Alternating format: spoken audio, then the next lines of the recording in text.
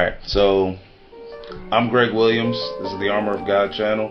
Let's get suited up. That's the introduction. Oh, okay. Very cool.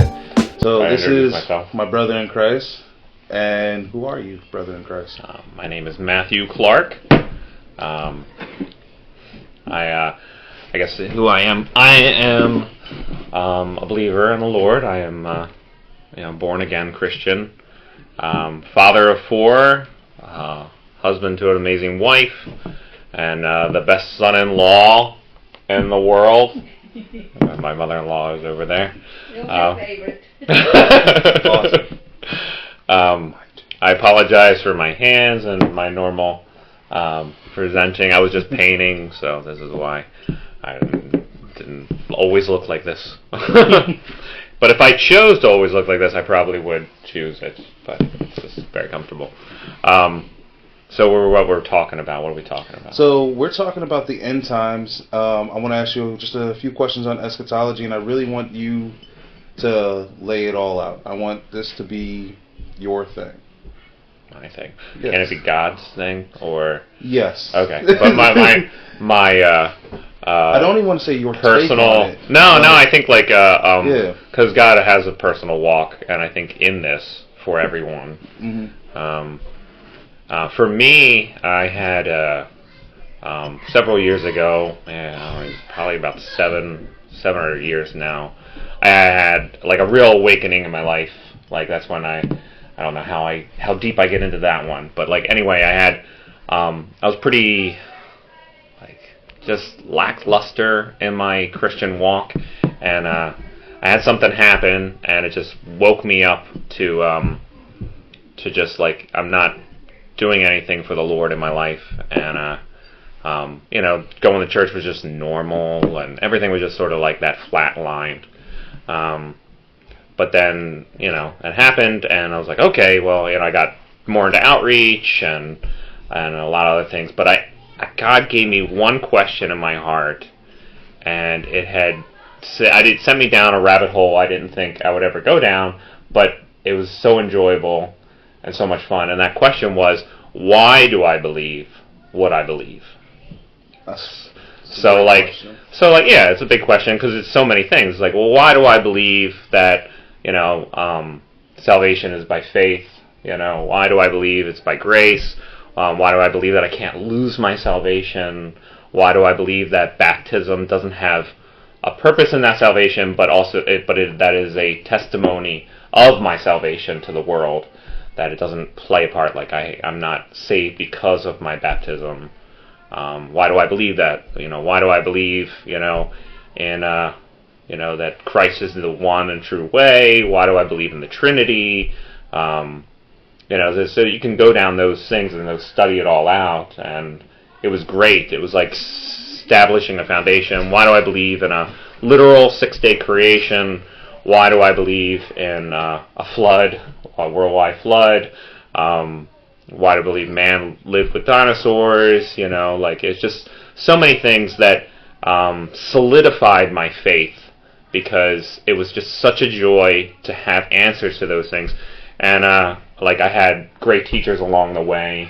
I remember when I was first got saved when I was 19, and I brought, like, the big question I brought was like, well, what about dinosaurs? What about, this? Because I was, Jurassic Park's my favorite movie, that kind of, we've talked about all that kind of stuff.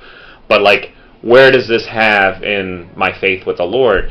And I went around my church, and no one really had any answers. Nothing, like, to really bite on. It was just sort of like, well, just believe in Jesus, and, and that's sort of like that whitewashed answer. But, and I get why people do that. Yeah. But at the same time, especially if, these guys are eating the meat in a lot of ways. Mm-hmm. Those are important. Those are important questions, and they need answers, especially. Yeah, I mean, it's in no way a salvational issue. Yeah. But it could hinder somebody's walk. Hinder somebody's growth. It could hinder their even receiving the Lord. If they're so strongly towards this lie of evolution and things. But anyway, I just sort of like gave it to God. I'm like, you know what, God? I'm just going to get to know you, who you are, what's your character, and what's your nature. And, I'm going to trust that you're going to give me a teacher. I'm going to trust that you're going to give me these answers. And if not, I'm still going to praise you. And it was like I did that years ago. And he did. He graded me. So I met great ministries. Just a few call-outs, like Answers in Genesis is a beautiful ministry. Yeah. They did Ark Encounter. Ken Ham is great. I met Ken Hovind. We got a couple years ago. We went to Dinosaur Adventureland, and he's absolutely brilliant teacher. A great man of God, and you're not when you're doing things right when you're just constantly being attacked, and that guy's so good, know. And that's funny that you say that. That when I first became a Christian, that was exactly my thought. Like everything that was worldly came out of nowhere. People were giving me stuff, women showing up at my house. Like none of this ever happened to me. Just like literally women knocking on my door, like, "Hey, you want to sin?" Like just. People get offering me drugs and seriously. You want to sin? Like I was trying to keep it clean, no. but seriously, it was much more colorful. But I'm like, whoa, like this never happened, and like Satan doesn't want to lose a good customer. Yeah. And I was a good customer, and like exactly what you just said. Like when he sees that you're getting closer to Christ. That's when you start getting all those attacks. Then people started questioning my character, and people at the church too. Like I'm not going to do any name drops, but a very good friend of ours at the church lost all of his worldly friends in like a night because he was getting married and loved Jesus, and they were like, "Well, you're just a hateful bigot." Yeah. So we're all collectively hating you and leaving you. That's fine. We can. What? Yeah. But like. You're right. You're 1,000% right. When you get closer to Christ, the world can see it. They feel it. They smell it on you even. And they start to shun you. And that's how you know you're doing it right. Yeah. Like if everybody's still loving you and they're like, oh, yeah, you're all buddy-buddy rubbing shoulders with the devil, then you're probably moving wrong. Yeah. But I wanted to ask you an exact question. I think you answered it earlier. What sparked your interest in eschatology? So that goes to like, why do I believe what I believe? Yeah. So after all my, you're searching, you find verses that reinforce your faith. Like something as simple as I can't lose my salvation. You can name 100 verses, I'll never leave you nor forsake you, it would basically be saying that the price that was paid on the cross, my sin was greater than the price that was paid for it. Yeah. I can't lose it, and I'd always quote, Secret Chronicles of Narnia, once a king and queen of Narnia, always a king and queen of Narnia, and that extends down a whole nother rabbit hole with C.S. Lewis, but it's sadly he was always going back and forth on that issue of salvation, but I still love C.S. Lewis. Yeah, I love him. His portion was amazing. It was such a big influence when I was an early Christian. I needed that fantasy that enforced Christ and grace, and so that was a lot of fun for me. I didn't even think of it like that, but yeah, you're right about that. He's like a perfect bridge into especially intellectual Christianity. Yeah.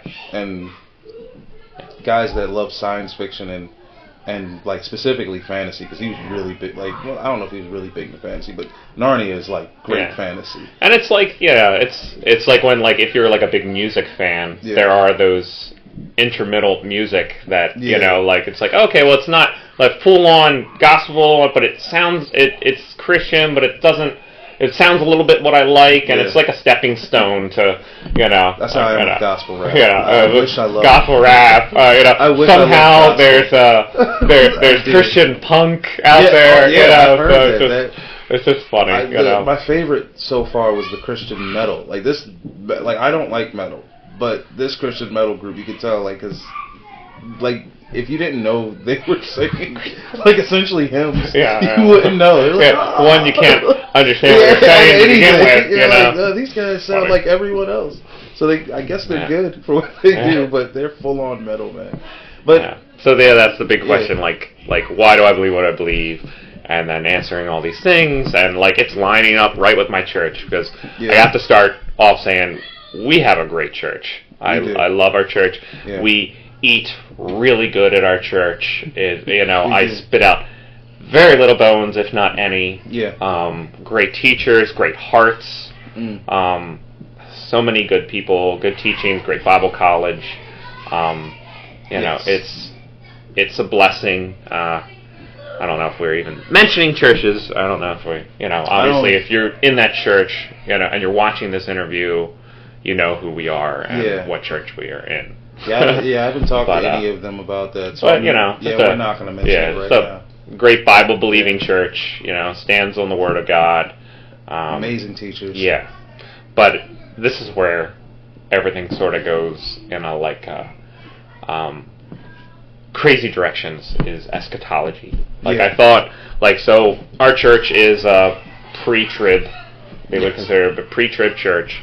That's just sort of like what I just took for granted. It's because there's so many things that I believe that because my church believes it. So is my faith based on somebody else's faith, or do I actually know answers to these things? Do I have verses to reinforce this truth that I believe, that I'm putting my faith in? So that's the whole journey that I went down, and for the life of me, I could not find pre-trib, just in there. I mean, tribulation, the rapture, the word rapture isn't in the Bible, it's rapturo, it's, being pulled away. So pre-trib is the sense that, eventually there is a 70th week of Daniel. So Daniel kind of starts off the eschatology teaching of the end times. And in there, Daniel kind of lays out, but there's a 70th week, and I don't know how deep we're going down or how I'm going to break it down. But anyway, there's 1 week left, and a week is a group of 7 years. Yeah. So there's the final week of Daniel. And then pre-trib says that we would be raptured out before the 70th week. Okay. And then that 70th week contains, in Revelation, you have the seals, the trumpets, and the vials. Okay. Or bowls, depending on what translation you're reading. Yeah. But there's 7 of each. So 7 seals, 7 trumpets, and 7 vials. And then pre-trib says that those things happen all within that 70th week. Okay. And then, of course, after the 70th week, you would have the Battle of Armageddon, the second advent, like us coming back from heaven with the Lord on the horses, Battle of Armageddon. Then you have, the 1,000-year reign, the millennial kingdom of Christ. A literal 1,000 years. I mean, we can get into, there's pre-millennialists, post-millennialists. That's this whole other thing, There's some, it's like we're living in the millennial now. We have to get the world better before Christ returns. I mean, there's lots of other teachings that are out there, and it's one of those subjects. It's very blurry. Yeah, I just want to say, I know that you're not saying this at all, but I just want to just make it clear. Anyone that holds these views, we still view as brothers and sisters. Oh, yes. This isn't like one of those things that excludes you from Christianity. Oh, no, this is not This is just an in-house debate. This is not a salvational issue. At all. Okay, This is not, like if you believe any differently, you're not saved. Yeah. It's literally just like, the great thing about the Word of God is that it's living water. So it's as deep. It's as shallow as it needs to be, so that means whosoever can come. Yeah. I'm dyslexic. So I don't choose to read if I don't want, it's the last thing I choose, I'd rather lose a finger than write paragraphs. But it's as deep as you want to go. Yeah. So that's the great thing. And there's always going to be mystery. There's always going to be unanswered questions. Anybody that says that I know everything about Revelations, they're a liar. Yeah. Because, there in Revelations alone, there's the thunders.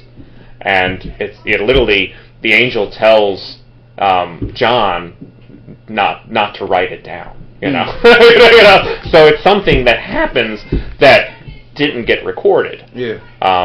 So we don't know. You know, there's literally an existing mystery that we won't know until, you know, we see it unfold. I mean, not just that, but you know, the apocalyptic writing, the revelations. The reason why it's even called Revelation is because he was able to see under the like without the veil for this to write it down.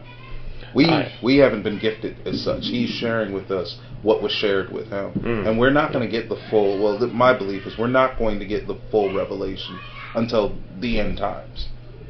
Like that's when we'll be like heaven. Yeah, like that's you know, it's most of the time that's usually the mindset you find is that like, well, God's going to do what He's going to do anyway, so it doesn't really matter. You know, I think it matters. People, no, that's just a mindset that people usually when you embark on this conversation with people, especially pre-trib, like, oh, it's just going to happen. We're out of here anyway, and that's kind of the mindset that I was in. I was like, well, we're out of here anyway, so this book doesn't really, you know, happen to me. I'm only there for the beginning, and then we're up and out of here. We're not here for any of this. It doesn't concern me. And to believe it or not, this mindset was actually, I never read Revelation. And it was so, like, this whole thing dawned on me, is a theology stopping me from reading a book of the Bible? And I like, when I came to that conclusion, I'm like, okay, well, I'll read it.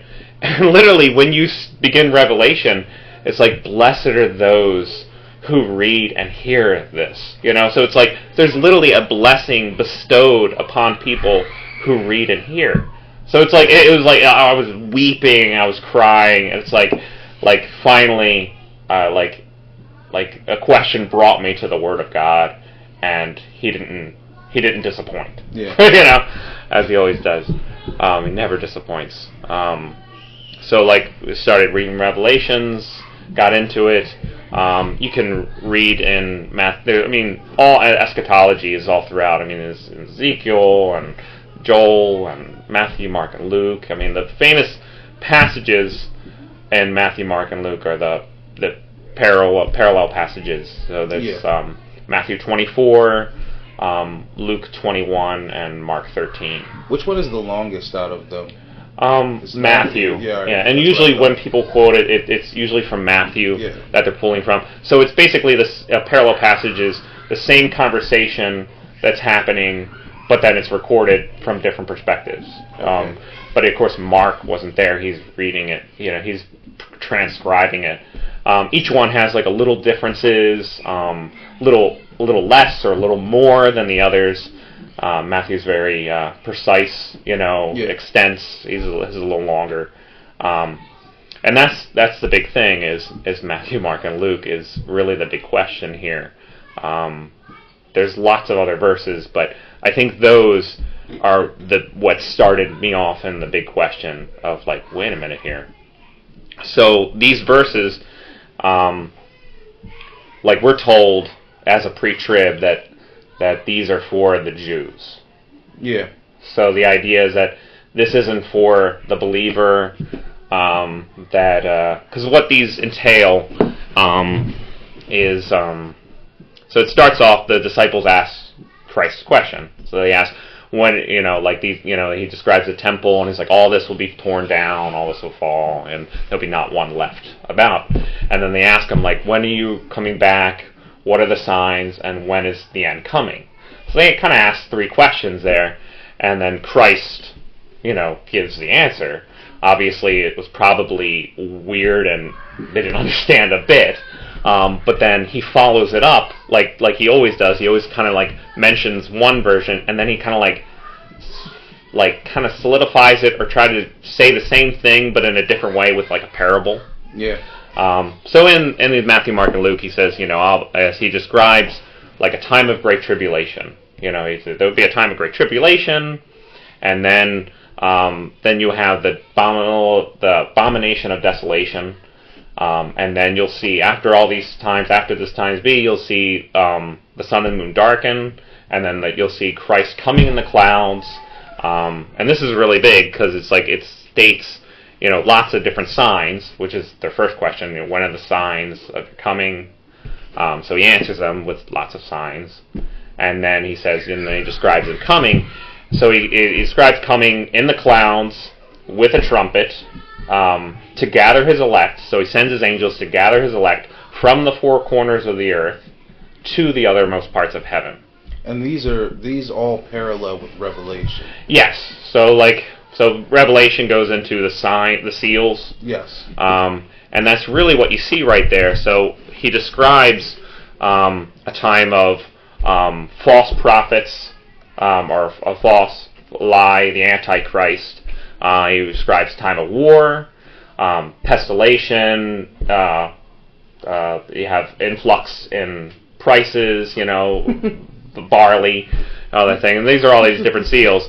And then the fifth seal is the great martyrdom. So these are people that are dying because of what they believe. And then the sixth seal is the sun and moon darkening. And then you have the seventh seal, which is silence in heaven, and then him handing out the trumpets. So the angels don't have the trumpets yet. So which are the trumpets that are going to be happening. So you have 7 trumpets, and then he hands them out. So there's lots of teachings like, these aren't like happening one after another. Okay. They're scattered. Like there's a seal, and then there's a couple trumpets, and then there's a seal, and then there's a couple trumpets. There's lots of different beliefs. So where do you fall on that? So I actually fall just like with our church. They're numbered for a reason. Yeah. So things happen in order. Really, the seals, that's literally what happens with war. So, it's going to be like, a false prophet, and then this is escalation of war. So you have war, then you're going to have famine, escalation, and then you're going to have, martyrdom, these type of things happen. And then the real first supernatural thing is the sun and moon darkening.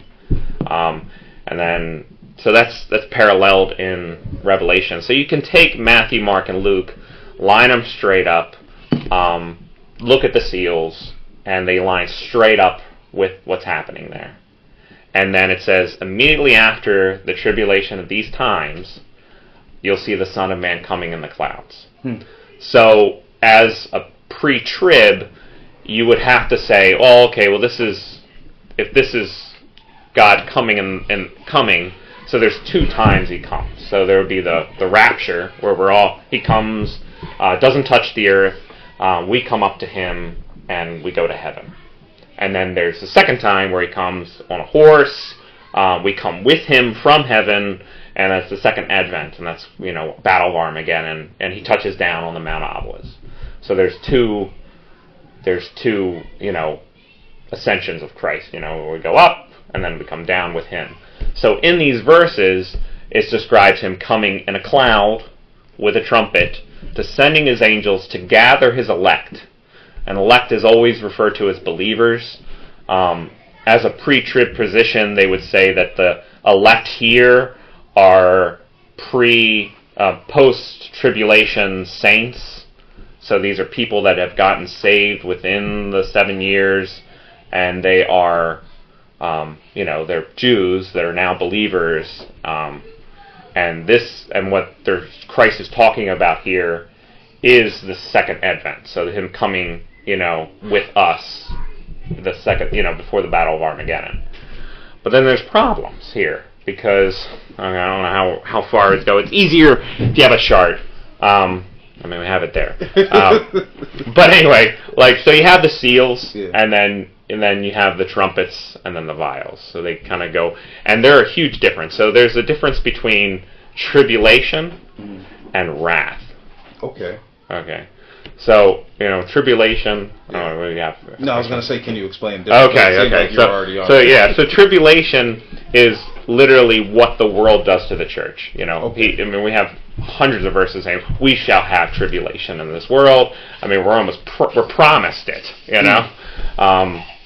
And then when it describes the great tribulation, it's like persecution, tribulation that has never been happened before. It's like almost like it's describing great tribulation.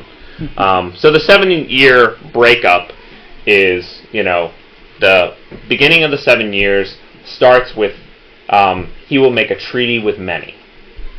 So that's the beginning of things. So the he in Daniel 9 is the Antichrist. So he will make a treaty with many, or he'll convey a treaty with many. So it could be anything. I mean, you can talk about like the worldwide nations, anything. I mean, a lot of times people think that this treaty has something to do with Israel being able to rebuild the third temple on the Temple Mount. Because the idea is that it says halfway through the 70th week, so halfway through the 7 years, so 3.5 years, he will break the treaty. So the idea is, and he breaks that treaty by desolating the temple. So that's called the abomination of desolation. So he basically makes the temple unclean. He slaughters a pig on the altar. He puts up an idol of himself. So basically announcing to everybody who he is, that I am the Antichrist, I am, and that's who I am, and that's who he declares who he shall be. And then in Matthew, Mark, and Luke, it says, where, it says after the abomination of desolation. In 2 Thessalonians, and we can go through Thessalonians, 1st and 2nd. But in there it says, that the day of Christ shall not come until a great falling away and the son of perdition is revealed. And it also goes on to explain that it's, where he stands, where he should not, in the temple, making it desolate, So it's clear in that teaching that the day of Christ is the rapture. But here it's saying that that day shall not come until these things happen. And then you have Christ in Matthew, Mark, and Luke saying that these things that line up right with the seals are happening, the desolation of the temple, and then the sun and the moon darkening, 6th seal. Okay. And then you have, Christ coming in the clouds to gather his elect. So when he's gathering his elect, so everything that's happened up until this point, the church is still here. Yes. So I mean, it goes completely against pre-trib, because pre-trib, we're up and out of here. We're not here for any of this. Yeah. I would settle with saying that, to clarify it, is post-trib, pre-wrath. Okay. And that's really where the definition of tribulation and wrath come into play. So this is more of almost like a mid-trib. See, that's where it's, I don't like I don't like the title, because so pre-trib, mid-trib, I'm just trying to dumb it down, and post-trib, all go into it's this underlining. Yeah. They're loaded titles. Yeah. And it's deception, because you have to define what are you calling the tribulation. Exactly.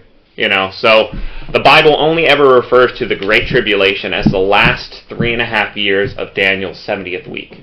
Okay. So, and then of course we know that he makes a treaty at the beginning of the 7 years. He desolates the temple, so he breaks the treaty at the halfway point. So these are our little markers that you sort of make. Like when you're building, and I've heard this is pointed before. It's like when you're building a baseball diamond, and you're like, okay, well you don't just like throw out the bases. You have to make one base. This is my starting point. Yeah. And then you measure out, and we know where we can plant first base, and then we measure out. We know where we can plant second, third, and then okay, let's bring it home. Okay. So there's stuff you have to stand on. So there's verses that cannot change. The Word of God is true. Even if I want it to be different. So I guess we're starting here by also saying that I didn't start out by wanting to not believe in pre-trib. Yeah. Because it sounds great. It's it was really just attractive. it was also it was just we don't have to worry. Because I was on this journey of I just need to find what I believe, and I had been finding all the stuff to be true. So my church was just lining straight up, So I figured when I got to this point, it was kind of like being hit with a 2x4, like you're blindsided of okay, I'm not finding what I believe is true, and in fact, I'm finding stuff that go complete opposite of what I've been taught. And it's seeking out those answers. So immediately, I was I go and ask questions, and that's really where a dark side has come in, because we've talked about that too. I mean, you immediately get attacked, called many things. It's really sad, because as a pastor, like if I was in a position of being a pastor and I had somebody coming up to me hungry and wanting to know, wouldn't you want to go on that journey with them and discover and learn? And it's like if you're so strongly on what you believe, then you should have no problem whatsoever going down this journey. That's exactly how I feel about stuff like this. Like, you can't shake my faith, so I don't mind talking about who Jesus is ever. Just as an example. Yeah. I could talk to an atheist. I could talk to anybody of any other faith. You can't shake me on this. But I'm kind of uncertain at this. But the stuff that you've been laying out to me, it hit me when we first talked about it, because I'm in Revelation class. Yeah. Oh yeah. You were in the day class, exactly. Right? Yeah. Okay. When I was in the night class, and I'm like, I don't see this. Yeah. I'm only that's the funny thing. The even funnier thing is the night class had a different chronological order of Revelation than the morning class. Yeah. So they were also working from two different chronological. They both were in the same realm of pre-trib. Yeah. But working with two different chronological differences, and that has to do with the trumpets, the vials, and the seals. I mean, the seals, the trumpets, and the vials. And I get why they like pre-trib. I really it's super appealing. But it almost it leads you to ask, why are we even talking about the rest of this if it's not relevant to us? Yeah, I mean, and if a belief immediately stopped me from reading a book of the Bible, I immediately question that with higher distrusting it almost at that point. And then also at the same time, I didn't know any rules of reading Matthew and Mark and Luke, and I was simply asking that question, why is this for the Jews and not for me? Because in these verses he literally says, what I say to you, I say to all. Yeah. And I'm so he's talking to the disciples. He's also clarifying that what he's saying is for everyone. So, wouldn't he say, what I'm about to say to you is for Israel? Yeah. Or, you know what I mean? Or, what I'm about to say to you is for some. Yeah. Christ would clarify who this is to, because he knows that, future us are reading this now, because, he's standing with us, right? He's outside of time. But, my kids. So with that, I was just what are the rules? And I just could not get an answer of why this is, other than being a circular argument of well, we know we're up and out of here, so this cannot be the day of Christ. This cannot be the rapture of Christ coming, what he's talking about here. And that's the problem here, because if you let's just look at Matthew 24, Mark and Luke, as pre-trib. Yeah. So I'm looking at it, and then you go, okay, well that's the rapture, Christ coming right there. So that means what Christ is describing, all of the seals, the trumpets, and the vials have to happen before that moment. Yeah. But then you have Christ saying, immediately after the sun and the moon going dark, which is the sixth seal, when you still have 7 trumpets, and the sixth seal has to happen before the 7th seal, and if the 7th seal is literally, the God giving the angels the trumpets that they need for the 7 trumpets, so they can't have them yet, And then this is immediately happening after those things. So that means the wrath of God hasn't happened yet. So you have Christ coming back.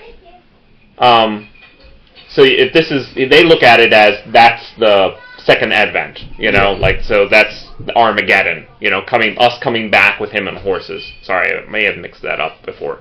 But so that's the way they look at it, pre-trib. So that's the second advent. That's Christ coming back. We're coming with him. When it says gathering his elect from the 4 corners of the earth. In Mark it says earth. In Matthew it says the 4 corners of heaven, gathers his elect from heaven to the uttermost parts of heaven and brings them, and like they look at it as, oh, well, he's gathering us in heaven. I'm like, well, if we're already with him, what's the need to gather us? We're with him if this is the second advent. But then you also would have him coming back before all the wrath, which is why you define wrath differently than tribulation. Okay. Like, so tribulation that's a really important distinction, and I think that gets mixed up a lot it gets of the time very muddled when we because have these conversations. Yeah, so the seals, like as a pre-trib, they would see it as the seals as light wrath. Okay. And then trumpets and the vials as hard wrath. But then, like, okay, and then you question, like, okay, well, we have literal historic events of God's wrath.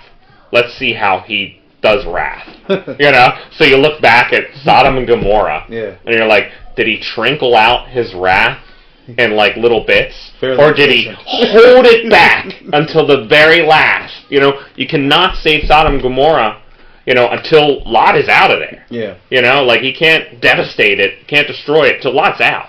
Yeah. So his wrath cannot fall with Lot still there. Yeah. That's actually an argument they use for pre-trib, and that's why they say, well, we're out of there. And so like they were saying we're Lot, so we have to be out of there before the wrath can fall. But then, like, so I would use it as the exact opposite, so like they would say like, oh, this God, but then they said we're up and out of here, and then God will trinkle out his wrath, and then his hard wrath will come. Yeah. So it's like I heard the analogy of like when you put a frog in water and you slowly boil it, alive, because you're slowly turning up the heat. Yeah. And that's what God's doing, But then God doesn't do that. When it's clear, his wrath falls like a hammer. It's a direct action from him to the world, and that's really the definition of wrath. Yeah. Tribulation is what the world does to the church, and wrath is what God does to the world. Okay. That's the way I would see it. It's a direct action from him. Noah is the same way. Yeah, that's what I was just thinking. I was about to say everybody was on the ark. The flood can't happen until Noah's on the flood. Got to be saved. And then 10 Commandments. The wrath didn't fall on his people. Like everybody painted the door. Yeah, everyone painted the door. So we're not, and there's tons of verses, and that's really the pre-trib humongous argument. Because if you see it all as wrath, then it's like, well, we're not subject unto wrath. So then they say, well, then we have to be up and out of here before the wrath. But what they're literally doing is giving, like, people here, like, God's job, essentially. Because they're saying that because the seals are all the devil. Like, you have the devil creating false prophet, you have devil creating war, you have martyrdom, great martyrdom. Like, well, who are these people getting? It says the elect, I'm like, we're the elect, So these are all actions of him, not of God. That's a great point. I don't want to skate past that. That's a really good point. So that's like the four horsemen. Martyrs. Yeah. Who are the martyrs? Well, they said there's tribulation saints, so they have these terms that aren't in the Bible that they give, and that's dangerous. And it is dangerous. It's huge. It's adding to the Word of God, because like I'm just reading it and just take it literal. Says, do not do that. Yeah. Oh yeah. It's like specifically Revelation. Don't do that. Like that's where we get that warning. Exactly. There's other books, but like this one, and one thing that you mentioned earlier in the beginning. I just wanted to say, because what got me to read Revelation again and to take the class of Revelation was something you said to me. Okay. You're like, it's the only book in the Bible that like gives you a blessing for reading it. Yeah. And I was like, why am I not reading Revelation more? Why am I not reading it anymore? I was like, I got to read this again. And I read the whole thing again. And I love reading it because you always get something new from it. It's the onion, like all the books of the Bible are like the onion, but like Revelation specifically because it is so colorful. And the devil wants to create like this. It's a whole like you see it in Hollywood. Revelation's a scary book. It's like I used to be scared of the number 666. No one can understand it. It's complete jargon. I'm like, no, it is literally like right in a row. It covers, and we can go through it at a later date with charts and everything. And it rolls right through, and it's like very clear. I mean, it goes through the seals, and then it goes, and it literally retells the history of Christ. You know, the literally man, and then it goes right into the trumpets, and then it goes into the vials, and then it goes further on. So it's like we're one after the other. So that's why you can't have. There's lots of stuff you can't have the trumpets before the seals, because literally the seventh seal is God handing the trumpets to the angels. So they don't got the trumpets yet. So you can't have the trumpets before the seal, and you can't confuse wrath with tribulation. Yeah. Because if you do that, then now we get funny eschatology. Yeah. And that's what. And it's not, I don't want to just blame it on our church or people in our church. No. It's a lot of Christians right now are having this issue. And because it can be, what I want to say, it can be intimidating. This can be an intimidating book. Because like you said, the devil wants to scare you with this book. I mean, obviously there's a time and a place for any conversation. Yeah. You know, so like something like eschatology, I mean, or just end times, you bring it up wherever you go, people are going to walk away. They're going to call you a weirdo. Exactly. You know, like it's just how it is. It's like mentioning religion in the world. Yeah. It's like, let's talk about Jesus, weirdo. But like, so that's really where like God also defining tribulation and wrath, because at the end of the seventh seal, so it says after the tribulation of those times. That is literally the last time tribulation is mentioned in the Bible. Yeah. It says do you after, know the chapter and verse? If not, it's alright. I'll have it pop up on Revelation 6 or 7. I can't remember. But anyway, it says 7. Yeah, it says literally after the tribulation of those times, then the Son of God will come, with a horse. He'll come on a horse. No, sorry, it's not that. So the trumpets, and it goes right into the trumpets and the vials. Okay. And then literally you have the world crying out. They go, now the great wrath of God has come. And you have the angels saying, hold back your wrath, God. Do not harm the trees. Do not harm, because they basically, that's the moment where they seal the 144,000. Yes. So the idea is that there's, Jews, whether or not they come from heaven or they're Jews on earth, there's lots of little fights you can have over like what the Bible's saying. There's different camps that you can get into, like something as simple as the witnesses. Who are the two witnesses? I'm in the camp of Enoch and Elijah. Excuse me, sorry. But because God calls every man to die once, so those guys haven't died, they went to heaven. That's awesome. So that would be my camp, That's an awesome conversation that I would love to have. Okay, yeah. That's the issue with Revelation. Like, you can have a million long form conversations on just this chapter. Yeah, like, we could talk about just the elect right now, and it would still take the exact same amount of time. The same amount of time. There's a huge overview of the thing. Yeah, and we're like all over. But I mean, you have so the people are crying out. Now the wrath of God has come. The angels are declaring that God's wrath hasn't come yet. Like, hold back your wrath. So if the seals have all happened, and now the wrath hasn't fallen yet, and God is calling that after the tribulation of those days. So God is calling the seals not wrath at all. And that's the last time tribulation's mentioned. But a pre-trib wants to say that, oh no, that's wrath too. Yeah. So they're calling the four horsemen God's wrath. Now, God uses the devil. That's true. But has the devil ever been used for God's wrath? I can't think like of full-on God's wrath. Did God use the devil to destroy Sodom and Gomorrah? No, he normally uses archangels or, like I would say, Christ.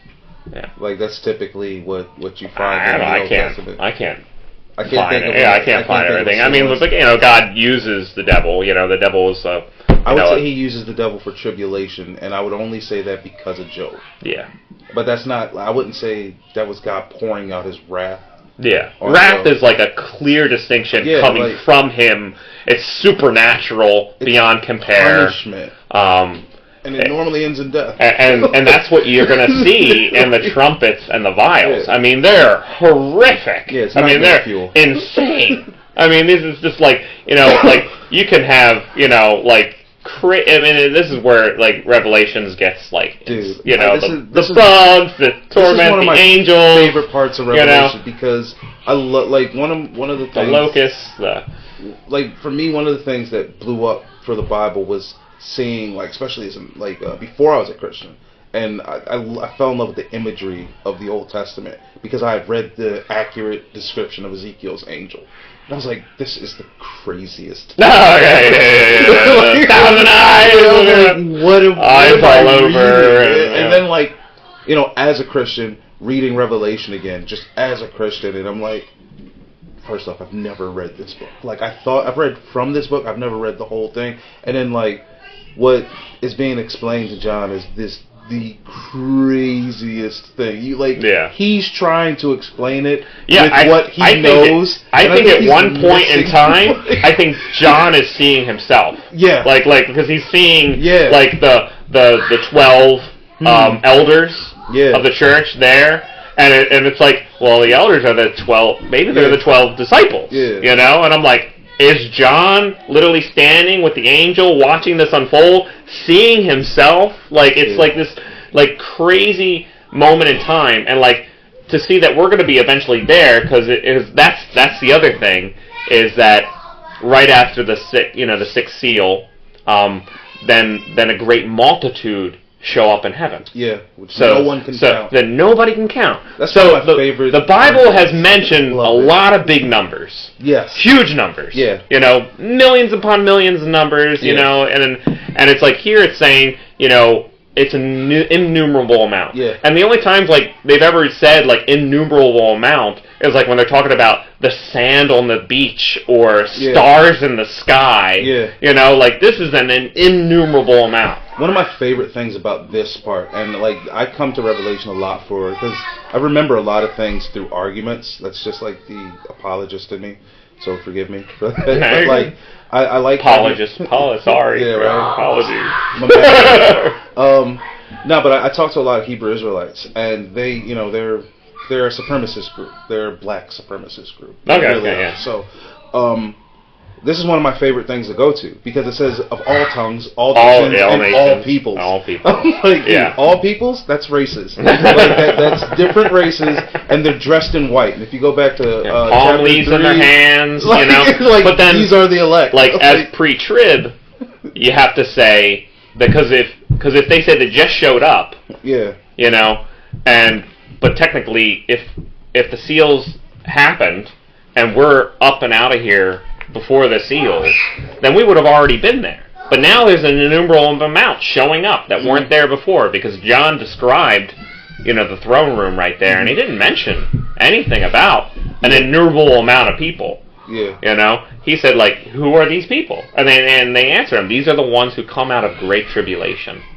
So, like, a pre-trib would say, well, these are the pre-tribulation saints. These are people that have gotten saved. If you get saved in the tribulation, you're most likely going to die. You're going to lose your head. And later on in Revelation, it says, like, the people that are martyred for my faith, that lose their life for my name's sake. Those will be the ones that are ruling and reigning with me. In the millennial kingdom.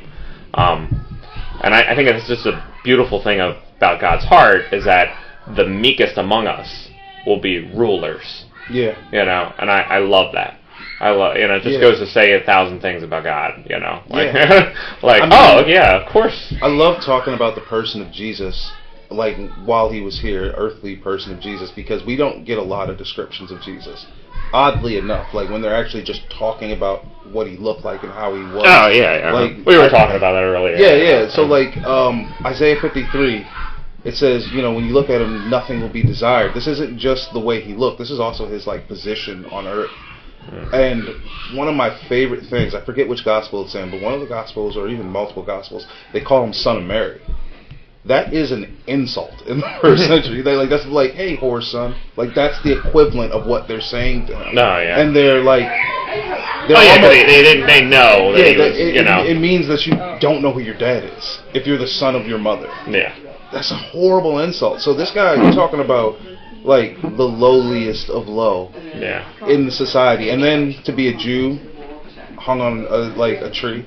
Yeah. You know, like everything about his life is as like, low as it gets. I mean, just that alone is like is a study in itself. Like, why do I believe in the virgin birth? Yeah. You know, like, and that was something that I found, and not to like hone that one different depiction of the Bible is better than all the others, but in the King James, it is the only one that makes this distinction. Like, so all others will always go, Jesus' parents, or they'll say. His mother Mary and his father Joseph. Yeah. But the King James is the only one that will say his mother Mary and Joseph. Yeah. So it's the only one that makes that distinction. Yeah. So if you were literally studying that particular subject, depending on what version of the Bible you have, you would come to a different conclusion. Yeah. That's true. So I mean, like, that's a whole nother rabbit hole on I'm of the mind of reading multiple versions. My personal favorite is the NASB, but I often go back to the King James. Yeah. Because there's just certain verses and there's certain things that when they say it, I think it actually captures the idea better. Mm-hmm. So even though I think NASB is probably more accurate in some areas, it doesn't capture the idea because Greek is very contextual in a lot of respects, and the New Testament's mainly in Greek, so like we know what it means, but it doesn't read that way, so it could be taken a certain way, but in the context of what they're saying, this wasn't his dad, not for real. Yeah. You know what I'm saying? Like, this was his stepdad, and I don't think that was a term at the time. Well, yeah, but we're not like downplaying Joseph's role. Not at all. Like, if anything, like, it's this perfect template of any father, and what like I remember. I mean, I grew up without my dad. He died a week before I was born. Wow. But I had a stepfather that was abusive and things like that, and all my friends had stepfathers as well, and they were not great fellows. Yeah. So I was under the belief that stepfathers suck. Yeah. And I had a friend in the church, and he grew up, he had a stepfather, and I met him, and I was like, oh, this is what a stepfather should be. You know, I mean, he was just so amazing, so giving, so loving, and it's really like, oh, okay, what was missing was Christ, you know, in the whole formula. Yeah. And it's just, it opened up my eyes. You see Joseph in a whole different light. You see, like, there is a place. I mean... And Joseph reacted like a man would during that time. He was actually very nice about it. Oh, insanely. He was like, I'm good. I won't even make a lot of noise. And he wanted to, he wanted to protect her. Like, he still loved her, Yeah, like, great. I really wanted to, but I know where babies come from. And, like, God literally had to intervene for him to stay, but when he found out where it was from, he was like, could you imagine being in that position? No, yeah, no, I can't. Like, that is, and Mary, man, oh my goodness, Mary, I couldn't imagine it. Like, that's like so crazy. But Joseph, like, people forget that, just Jesus being, the hypostatic union, the fully God, fully man. Mm-hmm. That means that another, like, why do I believe what I believe? Like, there's so many. He had to honor Jacob. Growing up, he had to honor Jacob because that would have been his earthly stepfather, So he would have to have been respectful to this man. But think of, like, the sense of duty that he would have had. This is more than just my son. Yeah. This is, I gotta, how do I father this man? I couldn't imagine. Like, that's an amazing rabbit hole, and I love the Bible because it gives you very little in certain stuff. And, just me being the it's as comic book nerd. I want to know so much, but you can only speculate. It's amazing, though. I have immense respect for that man. And, like, that was a proof to me, like, when I first started reading the Bible, what blew my mind was that people in the Bible read like people. Like, I've read myth. Oh, yeah. Most of them don't read like people. They read like myth. I grew up in a Presbyterian church, and so, like, all you hear are, like, the good things. you know? Dude, and then I started reading my Bible when I got saved for the first time, and I'm like, we're following Lot? Did you guys read this? Yeah, like, I remember our new reading character. Samson as an adult. You're like, so why are you guys teaching kids about this? Yeah, but you come to the realization that, like, oh, it's the book of failure and redemption. Exactly. Oh, okay, I get it now. It makes so much sense why they're named Israel. Yeah. like what's going on here?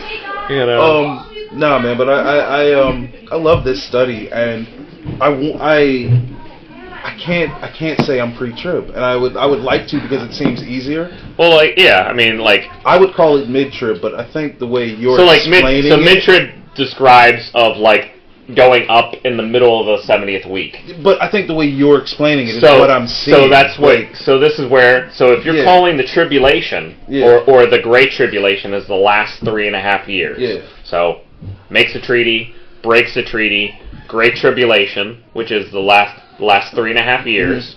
Mm-hmm. Then you have, okay, well, it describes, the sun and moon will darken, sixth seal near the end. The Son of Man will come in the clouds. So these are all the descriptions of the rapture. Like, you read Matthew, Mark, and Luke, and it, like, you would just read it as a rapture because it describes him coming in the clouds. Mm-hmm. Okay, not a horse, cloud. Yeah. With a trumpet, not a sword. Because when he comes with a horse, he's got a sword. Yeah. He sends his angels to gather his elect. So it's a gathering. And the direction is from earth to heaven. Yeah. And it says to the I love this is one of my new favorite words. I love it. I don't know new favorite words, but to the uttermost. Yeah. Like, literally, God is taking us the furthest away godly possible from his wrath. Yeah. Because we're so much not under wrath that he's taking us to the uttermost parts of heaven. So the furthest away from his wrath, because we're not subject to it, Yeah. And so I love that word, uttermost. He's already taken it on for us. But so you read that and you're like, okay, so you have an action from earth to heaven. So it's like the exact opposite. So in the second advent, he comes on a horse with a sword from heaven to earth. There's no reason to gather us. We're already with him. So the action is from heaven to earth. In the second advent, he doesn't. In the rapture, he doesn't touch down. He only comes in the clouds. So he's sending his angels, gathering his elect. And then in the second advent, he touches down on the Mount Obelisk. So, and so it's like, yeah, I know. It's a funny dog. Like, don't stop. Don't. Oh, there's no limit to the petting. But so they're obviously 2 different days, and that was like a whole study they go through, and they're like it always defines them as 2 different days. So there's the day of Christ, and then the day of the Lord. Yeah. And that's a whole other study too, because like whenever you see the day of Christ, it's a day to look forward to. Yeah. It's a day that we're waiting for. It's the end, So like when we're taken up, it's the end. Damn, Cord, down. She's just bad. I didn't do that.